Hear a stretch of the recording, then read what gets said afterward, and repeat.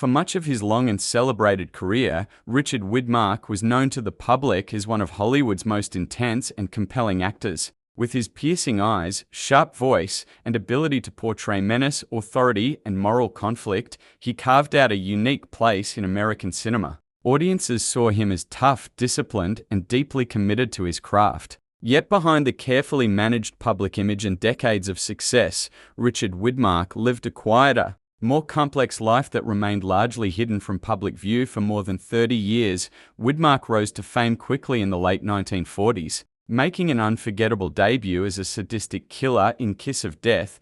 The role shocked audiences and instantly established him as a powerful new presence in Hollywood.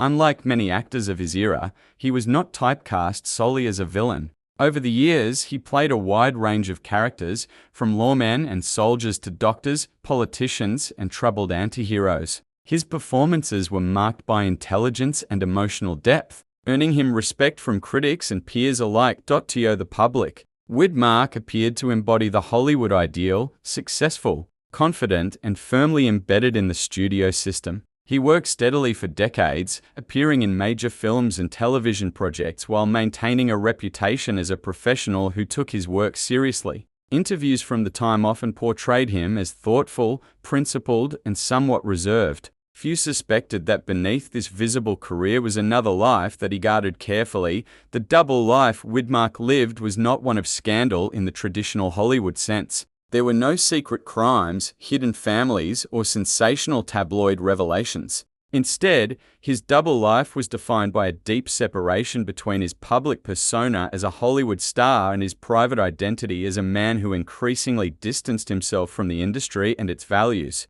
For more than 3 decades, Widmark quietly withdrew emotionally and philosophically from the world that had made him famous. Even as he continued to work within it, one of the most significant aspects of this hidden life was his growing disillusionment with Hollywood itself. Widmark was highly educated, having studied at Lake Forest College, and he possessed strong personal convictions. Over time, he became increasingly uncomfortable with the excess, superficiality, and moral compromises he perceived in the entertainment industry. While many actors embraced fame and celebrity culture, Widmark viewed it with skepticism and restraint. He rarely attended glamorous events unless required, avoided publicity when possible, and focused on his work rather than his image. At the same time, Widmark was cultivating a private world centered on family, faith, and personal discipline. He was deeply devoted to his wife, Susan Blanchard, and later to his second wife, Susan Blanchard Widmark, and he valued stability over the chaotic lifestyle often associated with Hollywood stars.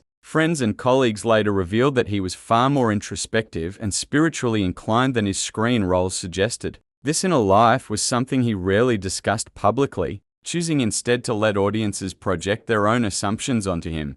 Another layer of Widmark's double life involved his political and social views. During the height of the Cold War and the Hollywood blacklist era, Widmark was known privately to hold strong opinions about freedom, responsibility, and personal integrity. While he was not as publicly outspoken as some of his contemporaries, he made deliberate choices about the roles he accepted and the people he worked with. He avoided projects that conflicted with his values, even when doing so meant turning down lucrative opportunities. This quiet resistance was largely invisible to audiences, who saw only the finished films, not the decisions behind them. As the years passed, Widmark's internal distance from Hollywood grew. By the 1970s and 1980 seconds, he had become increasingly selective, appearing less frequently on screen. Many assumed this was simply the natural slowdown of an aging actor. In reality, it reflected a conscious decision to step back from an industry he no longer felt aligned with. He spent more time away from Los Angeles, embracing a simpler life that contrasted sharply with his earlier fame.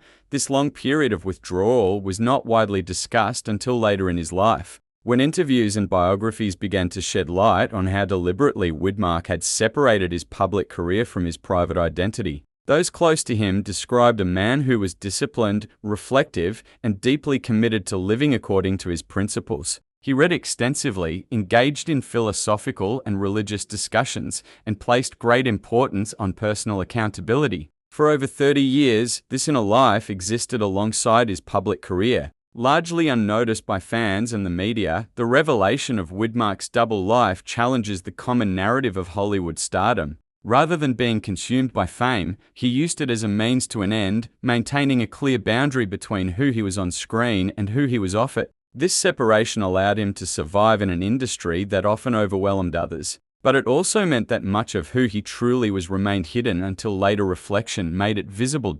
In his later years, as his career was reassessed by film historians and fans, this hidden dimension added new depth to his legacy. Widmark was no longer seen only as the intense actor who played villains and authority figures, but as a man who quietly resisted the pressures of fame and chose a more inward path. His story resonates today because it speaks to the cost of success and the possibility of maintaining integrity in environments that do not always reward it. Richard Widmark passed away in 2008, leaving behind a body of work that continues to be admired. Yet it is the revelation of his long, private struggle to